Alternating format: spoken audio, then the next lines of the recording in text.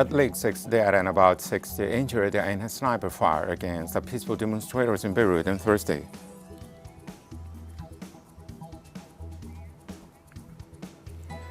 Venezuelan authorities are set to file a complaint against President Duque before the International Criminal Court for the persecution and killings of Venezuelans residing in Colombia.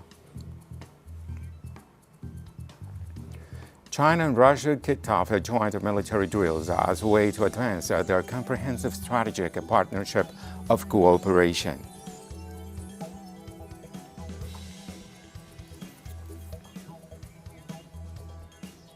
Hello, welcome to From the South. I'm Pregamas from the Telesur Studios in Havana. We begin with the news.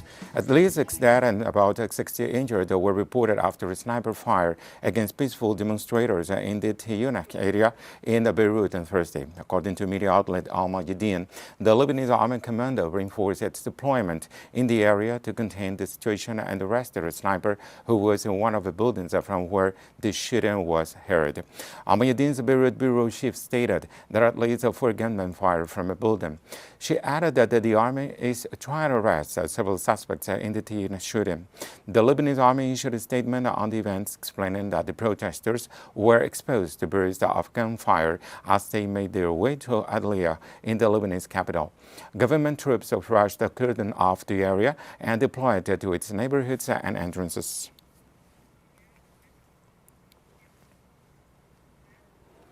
In a joint statement, the Lebanese resistance and the Amal movement condemned the attack.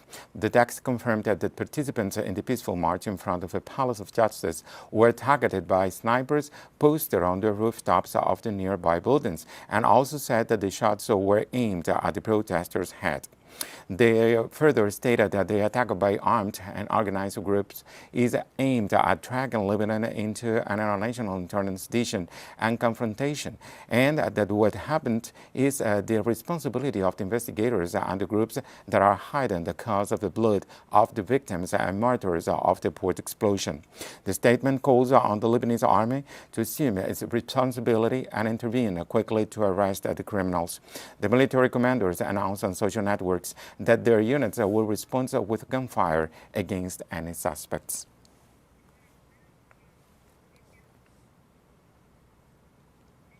Lebanon's Interior Minister Bassam Alaoui said they did not have any information on potential violence during the rally.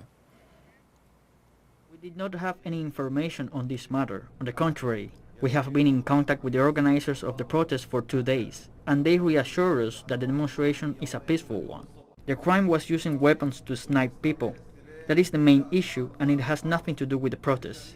This peaceful demonstration has been primarily organized by attorneys and elite who have a certain demand in link with politics or another issue that you are all aware of. Foreign Affairs ministers of over 30 African states are participating in the 39th ordinary session of the Executive Council of the African Union, which began Thursday in Addis Ababa. For 2 days, the delegates will analyze, among other issues, the functioning of centers for disease control and prevention and the 2022 roadmap concerning mainly food security in the region. Under the slogan, Arts, Culture and Heritage levers for building the Africa we want, other subjects will be addressed, such as the development of the 2063 agenda. Another high moment of the conclave will be the election and appointment of several chairs, such as 2 commissioners of the AU Commission, the president and the vice president of the Pan-African University, another executive in the Regional Human and People's Rights Commission, and the Advisory Board on Corruption.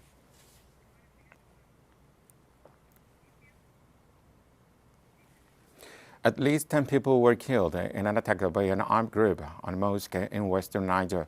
The defense minister reported that a heavily armed man on motorcycles attacked the mosque located in the prefecture of the Bani Bangu in the Telebere region during the prayer time. According to UN, this region is facing a major food crisis, with almost 600,000 people suffering from food insecurity due to unsafe conditions and recurring attacks by insurgent groups against farmers and civilians. Over 500 deaths have been recorded since the beginning of the year, and thousands have been displaced, fleeing the violence.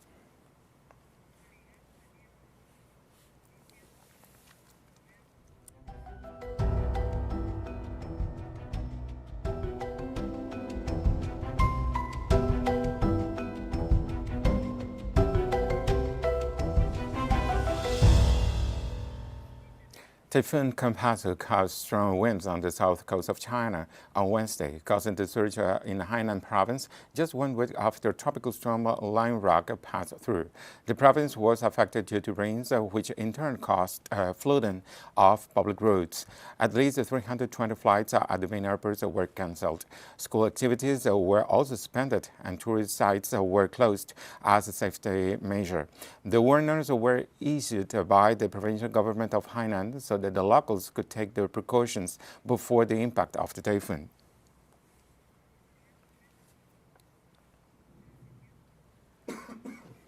In the Philippines, the death toll resulting from Kampasu, also known as Marine, rises to 30 and another 14 remain missing. Most of the fatalities occurred when they were trapped by mudslides, and others were swept away by the sudden water spouts. As reported by the National Council for Disaster Risk Reduction and Management, the phenomenon also affected northern Luzon, the country's largest and best-known island, generating torrential rains, which in turn caused landslides and flooding in the province of Benguet, situation that forced the evacuation of over 10,000 people.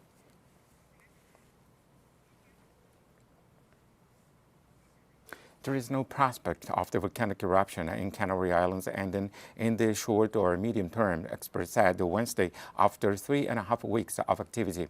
At the Cumbervieja volcano on La Palma Island, levels of sulfur dioxide don't currently indicate that the end of the eruption will be in the short or medium term, said a spokesperson for the Canaries volcanologist group Prevolca.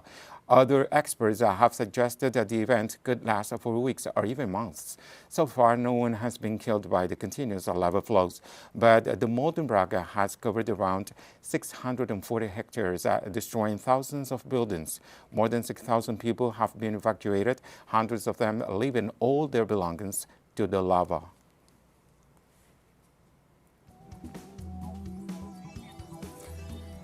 We'll be right back after this very short break.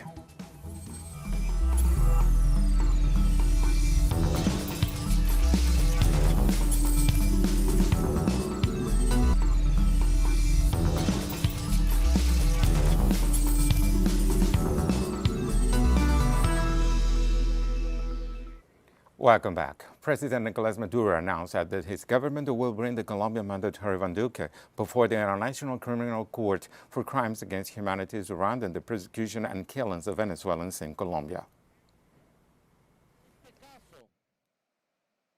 For this case, and for thousands of other murders, and for more than 860 Venezuelan migrants who have disappeared in Colombia and are still missing, the state has decided to take action on the matter, and is going to accuse Iván Duque of crimes against humanity before the International Criminal Court for the persecution of Venezuelan migrants, for the promotion of hatred for the disappeared, for the forced disappearances of thousands of Venezuelan men and women who have disappeared in Colombia because of hatred.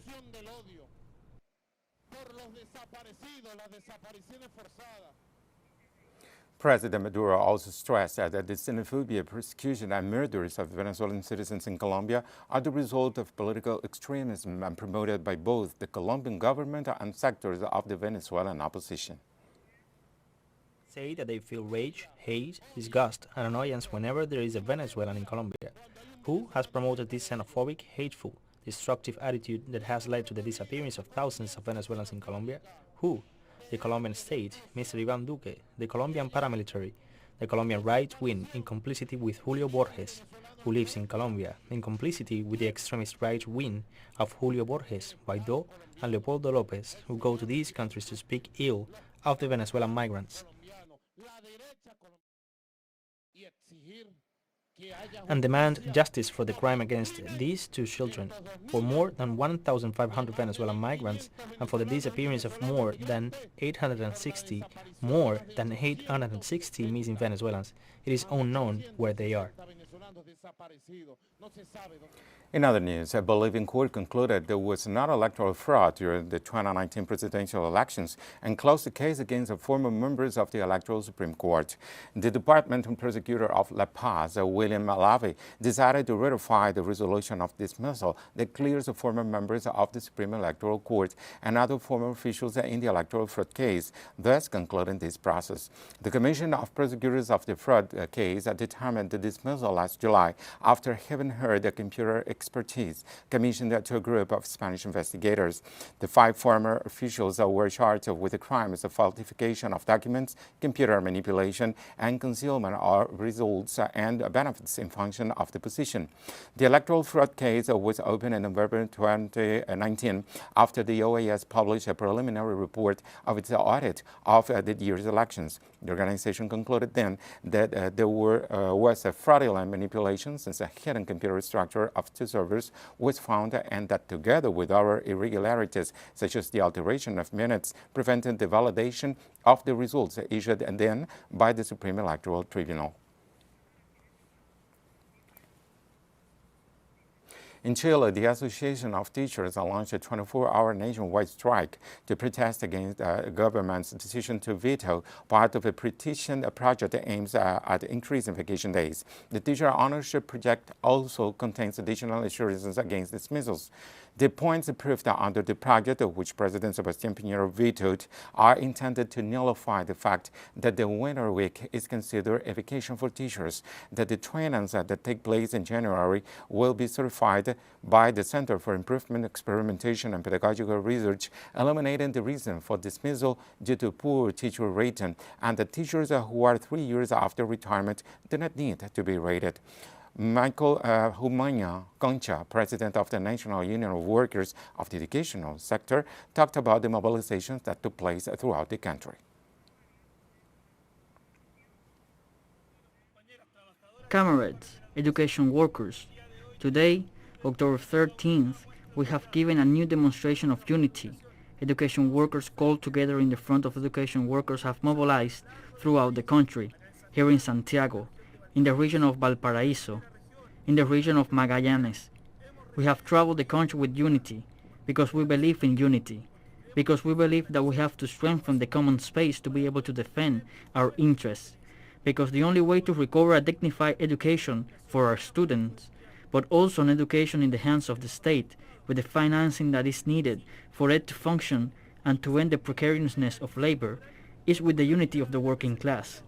Therefore, we urge you to continue mobilizing because today, in the constitutional process, we have to achieve that education. It's a human right, and that working conditions are guaranteed so that we can really deliver a decent and quality education for our students.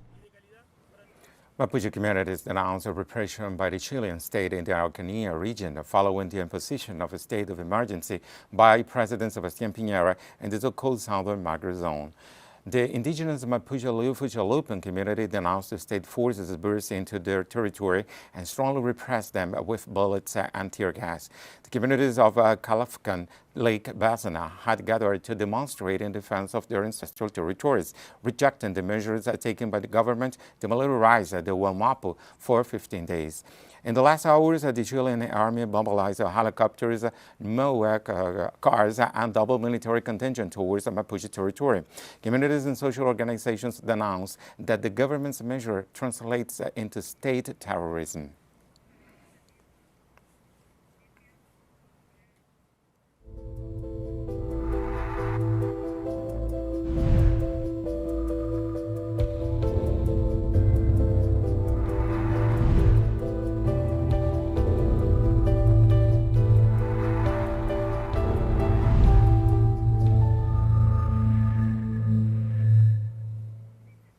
The Pan American Health Organization reported that while Latin America and the Caribbean is on track to reach the WHO COVID-19 vaccination target of 40% before the end of the year, 6 countries have yet to vaccinate 20% of their populations. The PAHO Director, Carissa Chen, highlighted that while the overall vaccination rate in Latin America and the Caribbean currently stands at 39%, in far too many places coverage is much lower. The countries that have not reached the target target are Jamaica, St. Lucia, St. Vincent and Grenadines, and Haiti in the Caribbean, and Guatemala and Nicaragua in Central America. The Pan American Health Organization is working to accelerate vaccine deliveries to the region, including COVAX procured and donated doses. In the past few days, the institution worked to fast-track the delivery of 1.3 million vaccine doses donated by Spain, Germany, the United States, and Canada, which will be used to boost coverage in Honduras, Guyana, Argentina, and Jamaica.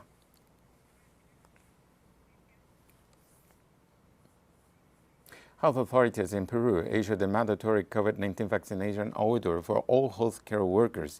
The Peruvian Health Minister, Hernandez Valles, announced that sanitary professionals will only be able to perform their work in person if they have a full vaccination status. The measure will come into effect on November 15, when the third booster dose will be applied. The health authority also announced that within a month, people over 45 years must have 2 doses of the vaccine to travel between provinces. On Thursday, Minister Valles met with deans of different Peruvian universities to evaluate the restarting of on-site classes.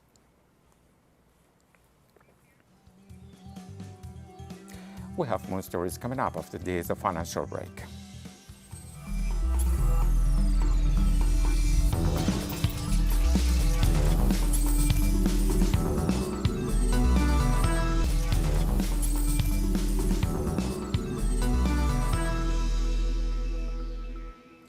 Welcome back. A Chinese naval fleet arrived at Duque Bay for a joint military drill with the Russian Navy.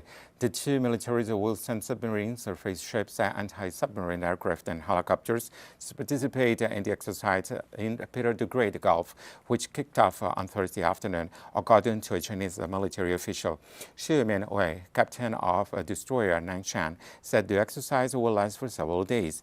It will be the first time that this destroyer would take part in a joint drill in a foreign country.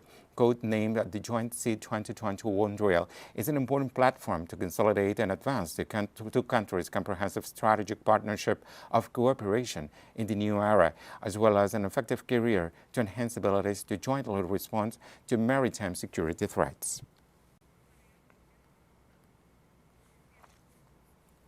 The China-Russia Joint Sea Series drill is an important platform to consolidate and advance the two countries' comprehensive strategic partnership of cooperation in a new era, as well as an effective carrier to enhance our abilities to jointly respond to maritime security threats. The joint drill, which will have some new subjects and topics this year, bears great significance in enhancing the strategic mutual trust and deepening friendly and pragmatic cooperation.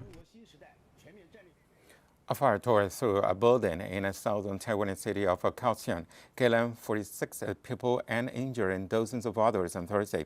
According to officials, the fire broke out in the 13-story mixed-use building, raging through multiple floors before 5 fires finally got it under control. Most of the deaths were on floors 7 to 11, which housed residential apartments. The first 5 floors were for commercial use, but were unoccupied. Fire Chief Li Jian-tu warned that more casualties were expected, that some people may still be trapped in the residential part of the building.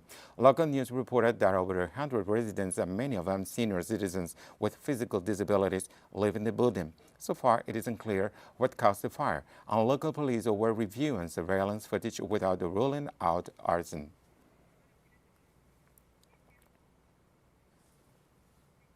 On Thursday, Fumio Kishida, the new Prime Minister of Japan, dissolved the parliament, which allows him to trigger general election. Kishida's goal is to win office in the new turnout to recertify his chair after the withdrawal of the previous PM, Yasuo Fukuda. General elections will begin on October 31st, with Kishida from the right-wing Liberal Democratic Party striving for validation from political allies, opposition, and citizens who will cast their votes with Japan at its worst COVID-19 infection wave, relying on the full cycle vaccination rates in the population that are of 65%.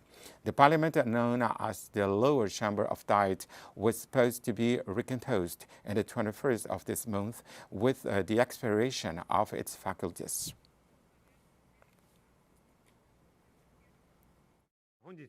Today I dissolved the House of Representatives. We will have the campaign begin on October 19th and voting on the 31st. I will make sure we keep coronavirus measures in place throughout the campaign. I would like to have the Japanese people make their choice and decide which party is able to create a society where each person can truly live a wealthy and vibrant life.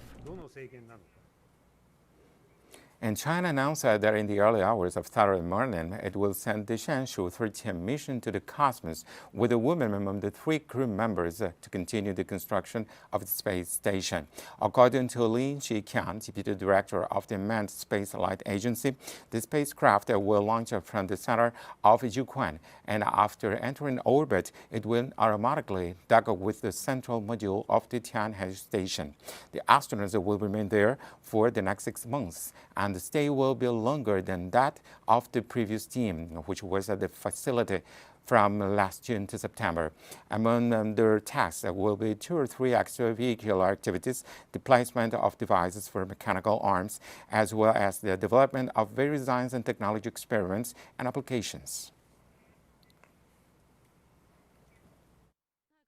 We can say the system is in good condition, including the seal status and all other properties. It is shown not only in our purging system, which is part of the power system, but also in the testing and performance indicators of various electrical systems. We make comparison with the Long March rocket used in our mission in the first half of the year, as well as the assembly test results at base, and the parameters is in a relatively good state. We've come to the end of this news brief, but first we invite you to watch a video on another anniversary of Simon Bolivar's designation as the liberator of Latin America. For Telesur English, I am Ray Gomez. Thank you for watching.